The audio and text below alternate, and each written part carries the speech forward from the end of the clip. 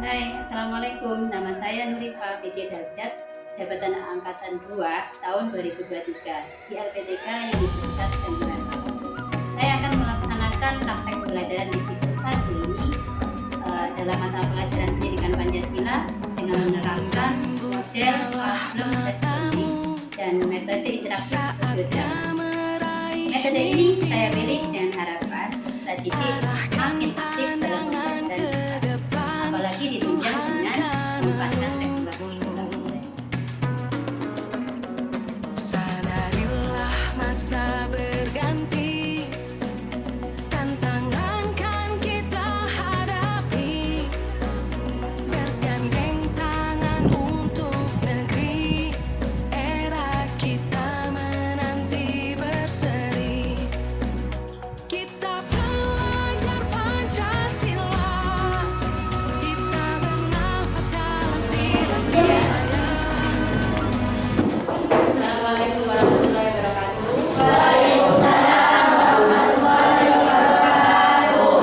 Seperti biasa, marilah kita berdoa terlebih dahulu. Silakan kepala kelas memimpin berdoa. Siap, gerak. Persiapan berdoa. Doa mulai.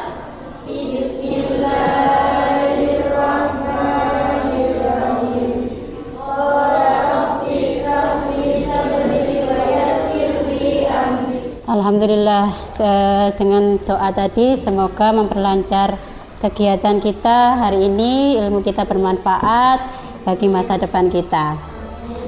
Bagaimana sekarang kondisinya hari ini anak-anak?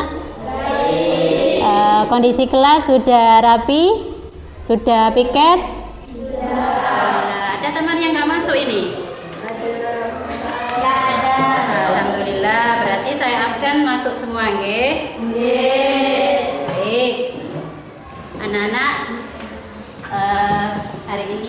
hari ini Bu Guru punya sedikit motivasi untuk kalian. Perhatikan slide berikut. Anak-anak, ini gambar apa? Kopi dan gula. Tahukah kalian bahwa kopi dan gula ini memiliki kesamaan? Samanya apa? Sama-sama benda padat. Tapi mereka memiliki perbedaan anak-anak, yaitu memiliki sifat yang berbeda. Kopi ini adalah sifatnya keras, sedangkan gula itu sifatnya. Kalau kopi kita panaskan, dia tetap wujudnya tidak berubah, tetap berkeping kopi. Bagaimana dengan gula? Gula ini akan hancur jika kita jangankan dipanasi, tapi kita tetesi sedikit air saja, dia akan meleleh, ya kan? Jika kalian itu ibarat kopi, ini adalah jika kalian di sini merasa mampu, merasa pintar, merasa kuat, kopi dan gula menjadi satu, menjadi wedang kopi. Anak-anak, sebelum menjadi wedang kopi, kopi ini harus menyamakan persepsinya dengan gula. Dia harusnya menjadi serbuk-serbuk kopi, sehingga dengan takaran yang pas dengan gula dapat dinikmati oleh kita di pagi hari, membuat kita semangat, di siang hari membuat kita semangat, di sore hari membuat kita semangat. Itulah kalian di sini merasa kuat, kalian melindungi kepada yang lemah. Maka dari situ kondisi kelas kita menjadi kondisi yang dapat kita bayangkan keharmonisannya. Siap untuk bersama dengan tim? Siap. Oke. Untuk lebih semangat lagi, marilah kita menyanyikan lagu Dimensi Profil Pelajar Pancasila. Ayo. Belajar Pancasila, beriman dan pada Tuhan Yang Esa dan berakhlak mulia, berbenikaan global, gotong royong mandiri, kreatif dan bernalar kritis. Satu lagi, belajar Pancasila, beriman dan bertakwa pada Tuhan Yang Esa dan berakhlak mulia, berbenikaan global, gotong royong mandiri, kreatif dan berpikir kritis. Baik anak-anak, kita lanjutkan. gambar berikut ini. Ini gambar apa, anak?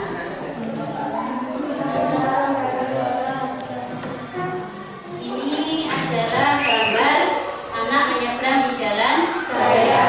Dan ini adalah gambar anak mengendara sepeda motor. Siapa di sini yang pernah menyeberang di jalan raya? Mengendarai sepeda motor di jalan raya di sini? Ada. Nah, jika ada, kalian melanggar aturan norma hukum. Melakukan pembelajaran dengan metode sosiodrama, kalian akan mampu menerapkan norma-norma dan aturannya dengan benar. Dan banyak sekali tujuannya. Sebelum kalian memahami terkait materi kita hari ini, guru akan mengadakan tes terlebih dahulu.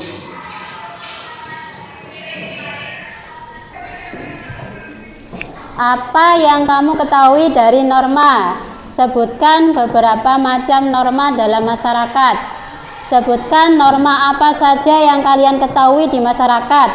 Sebutkan contoh perilaku sesuai dengan norma dan kehidupan sehari-hari.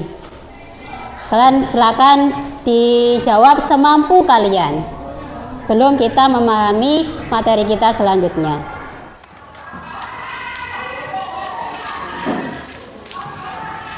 Sudah selesai?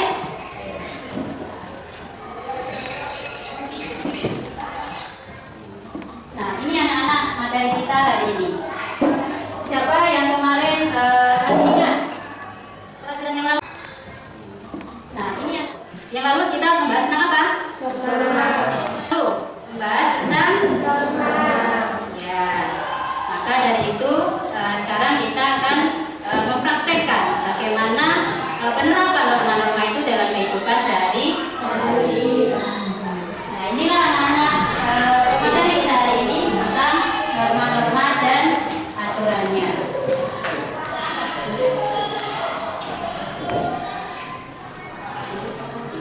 Apa itu norma? Siapa yang tahu? Siapa di sini yang tahu pengertian dari norma?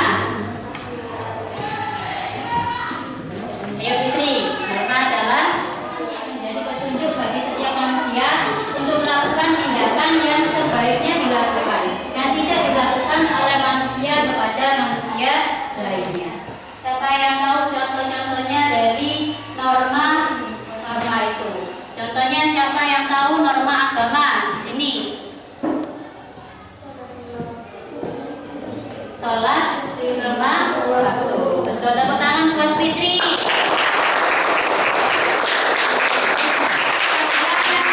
Anak-anak, itu tadi adalah sebuah contoh dari penerapan norma-norma. Nah, ini anak-anak, di sini ada gambar orang yang taat beribadah. Berarti dia sudah menjalankan norma agama.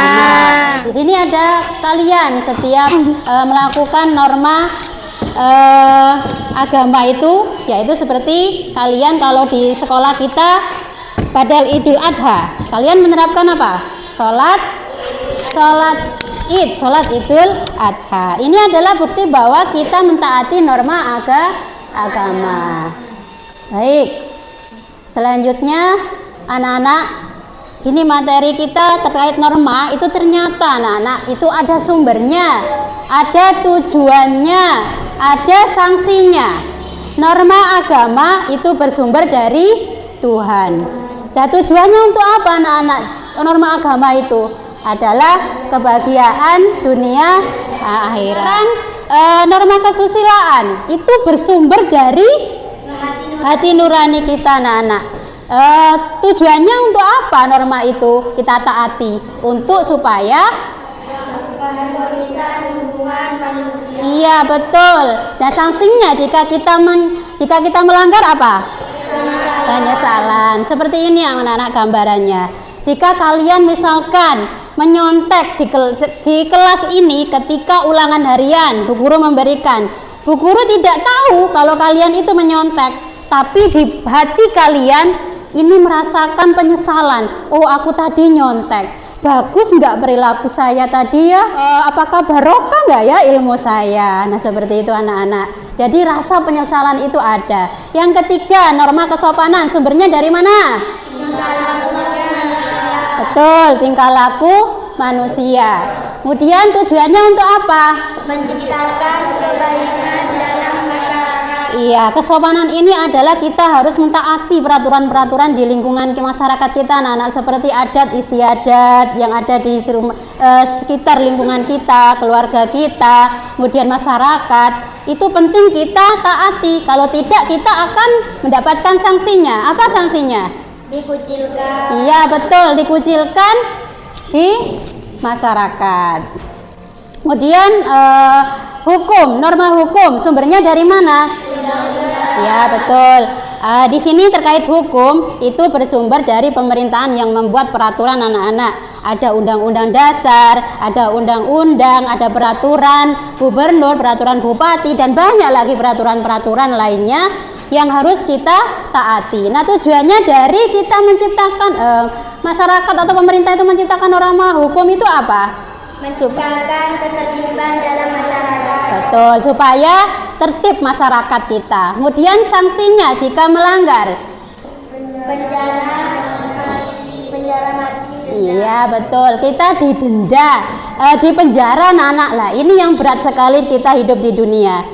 Menghadapi norma hukum. Kalau kita melanggar norma hukum, ya banyak sanksi terkait penjara tersebut. Jika kalian dihukum, maka itu akan memberikan catatan tidak baik bagi kehidupan masa depan. Narapidana atau napi, maka kalian untuk melanjutkan masa depan kalian terbatasi oleh hal tersebut. Baik anak-anak, penjelasan kita hari ini selesai dari Bu Guru. Ada yang kurang dipahami? Selanjutnya kita lanjutkan membentuk kelompok anak-anak. Ditentukan sejak awal Bu Guru melakukan asesmen diagnosis terkait gaya belajar kalian. Bahwa di sini Bu Guru sudah menetapkan gaya belajar kalian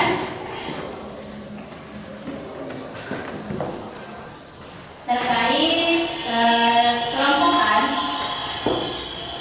Ini sudah Bu Guru tuliskan di sini. Kelompok 1 itu adalah kelompok kinestetis, yaitu tergolong dari siswa, awasi, dan teman-temannya. Kelompok 2 itu adalah memiliki gaya belajar audio, yaitu tergolong dari Dahlia, Aldo, dan lain-lainnya. Kelompok 3 itu adalah visual, yaitu Ines dan kawan-kawan. Kelompok 4 itu memiliki kecerdasan matematik, maka di sini adalah Reza dan teman-temannya lainnya. Nah, anak-anak, di sini nanti pada langkah pertama kalian setelah bervokasi LKPD, kalian pahami analisis materi yang sesuai dengan sesuai norma yang kalian dapatkan, sesuai topik norma yang kalian dapatkan. Kemudian setelah diskusi, kalian menentukan kasus dari penyesalan norma sesuai topik-topik kalian. Kasus apa? Kemudian tentukan teman, 1 aktor dalam berperan kasus tersebut, kemudian mainkan dengan kelompok lain dalam 1 skenario 4 sahabat yang bertaubat. Baik, sekarang kita akan bentuk kelompok di bawah ya, sesuai dengan kelompok yang sudah ditetapkan Bu Guru. Ayo, mulai. Kelompok 1, Sarifa. Silakan duduk di bawah, melingkar bersama kelompok yang lain.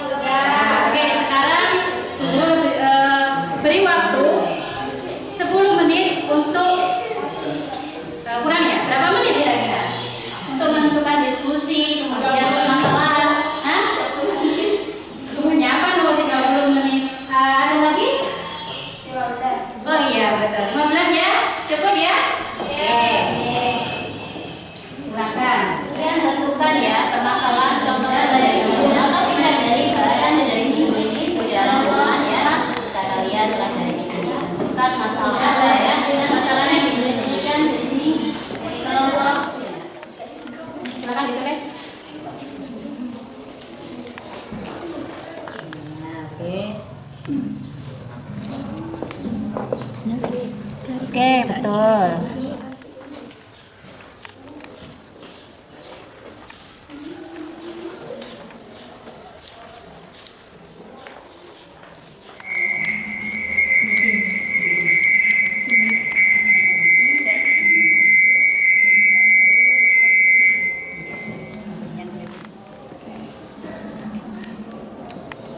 Akan membentuk suatu perkumpulan, yang mana perkumpulan ini diambil dari masing-masing kelompok satu aktor untuk mewakili dari 4 sahabat tadi. Ya, main peran di situ sesuai dengan arahan guru.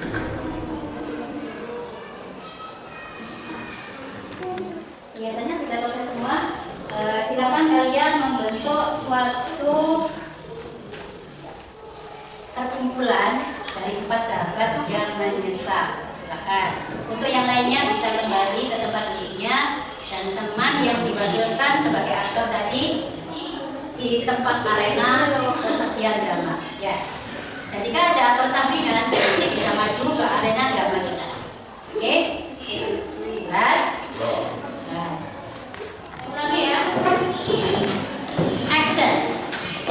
Teman-teman, aku mau jujur hati. Aku tadi pagi bangun kesiangan dan akhirnya aku meninggalkan sholat subuh. Aku bangun kesiangan karena tadi malam aku main HP sampai tengah malam.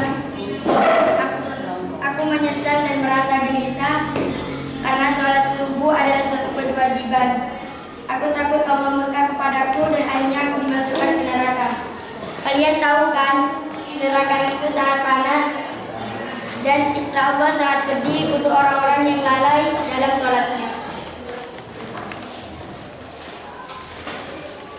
Teman-teman, aku mau curhat nih. Hari ini aku gelisah sekali karena tadi pagi aku berbohong kepada orang tuaku. Aku meminta uang untuk iuran sekolah, akan tetapi aku meminta uangnya lebih besar dibandingkan dengan iurannya. Aku takut nanti kalau orang tuaku bisa marah. Gimana ya teman-teman? Sedangkan uangnya sudah habis untuk beli jajan tadi. Ternyata bukan aku saja. Hari ini aku menyesal karena tindakan yang tidak baik. Aku menyesal karena kemarin aku menjadi kebaikan untuk Ibu. Dan sekarang nenek itu bilang, sampai saat ini aku tidak berani berbicara mengenai nenek itu. Bagaimana setiap bertemu dengan mereka, aku kepikiran dan menjadi gelisah. Teman-teman, aku juga merasa takut dan menyesal karena kemarin aku naik sepeda motor tanpa menggunakan helm di jalan raya. Bahkan aku belum cukup umur untuk mengendarai sepeda motor. Saat mengendarai sepeda motor, aku sengaja aku menyerempet orang di jalan. Gimana ya teman-teman? Aku takut dilaporkan ke polisi.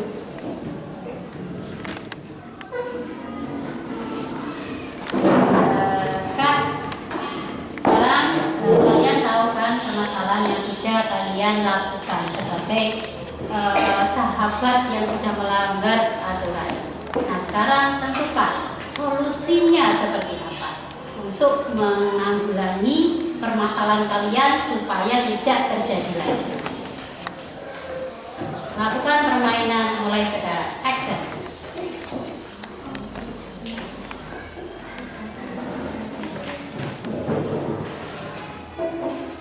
Pak, seharusnya kamu bertaubat kepada Allah dan merasa menyesal telah meninggalkan sholat subuh dan berjanji tidak akan mengulangi perbuatan itu lagi. Pasti Allah akan mengampunimu karena Allah Maha Penyayang. Bertaubat kepadanya. Ya Allah, ampunilah dosa hamba-Mu. Karena hamba telah lalai dalam melakukan kewajiban kepadamu. Aku berjanji tidak akan mengulanginya lagi ya Allah. Terimalah taubatku. Mudah-mudahan tanpa izin dan meminta keikhlasan dari Laila. Kalau Laila telah hilang, maka kamu harus menggantinya dengan yang baru. Kamu harus minta maaf pada Laila dan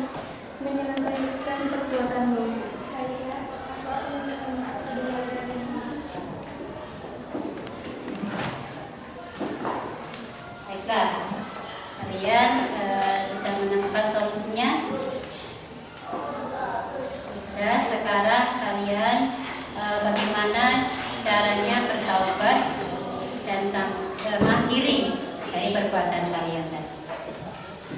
Silakan.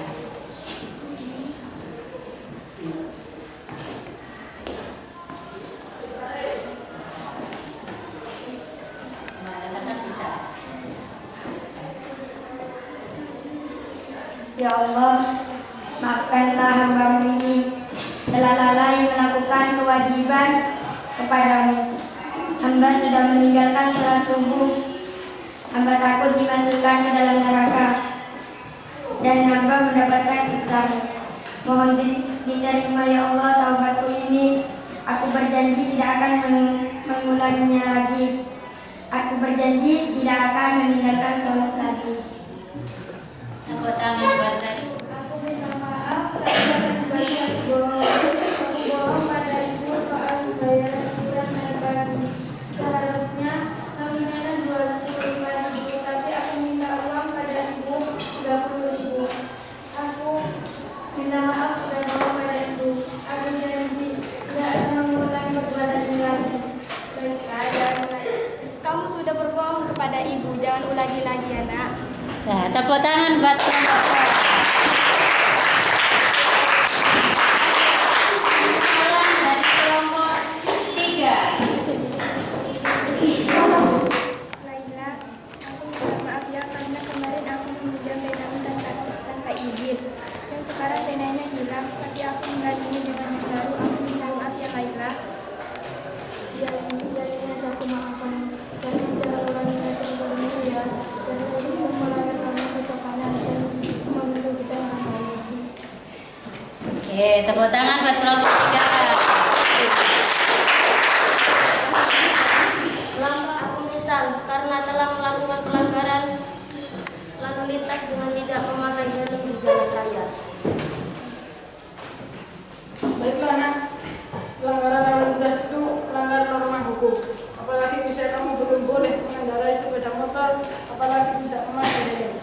Kamu sudah melakukan pelanggaran, tapi Bapak senang karena kamu menyesal dan memberanikan diri ke kantor polisi. Jangan diulangi lagi ya nak, perbuatan tersebut bisa merugikan diri sendiri bahkan orang lain. Oke, tepuk tangan buat kelompok 3. Kalian sudah melakukan drama yang sangat luar biasa. Dari drama yang kalian mainkan tadi, apa manfaatnya yang kalian ambil? Apa amanahnya yang kalian dapatkan dari drama tadi? Siapa yang tahu, Sarifah? Kita sadar diri biar tidak melakukan dosa. Ya betul, kita sadar diri tidak melakukan melanggar norma-norma tersebut. Tepuk tangan buat Reza Nana. Sesi sosiodrama kita sudah berakhir, maka selanjutnya sebagai pemantapan kalian dalam pemahaman materi tentang norma ini, marilah kalian ajak Bu Guru untuk melakukan tes formatif. Silakan tes ini dikerjakan, TTS ini dikerjakan. Norma yang tersebut dari masyarakat apa namanya? Norma kesopanan. Kesopanan. Norma tadi itu bermeter, tegap dan lembut. Dia norma yang bersumber pada Tuhan. Apa namanya? Nah, betul. Salah dari 7 atau salah dari 6? Tidak ada. Salah di 50% benarnya? Ya, berarti pintar semua anak kalian. Tepuk tangan buat kita semuanya.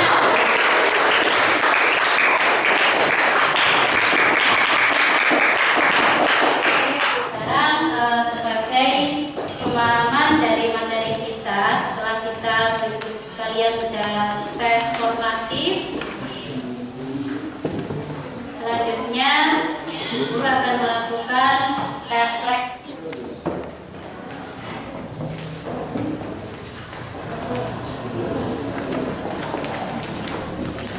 Tentang yang di pol ini, kalau susah banget ini ya. ini ya. Itu. Silakan pilih. Dan yang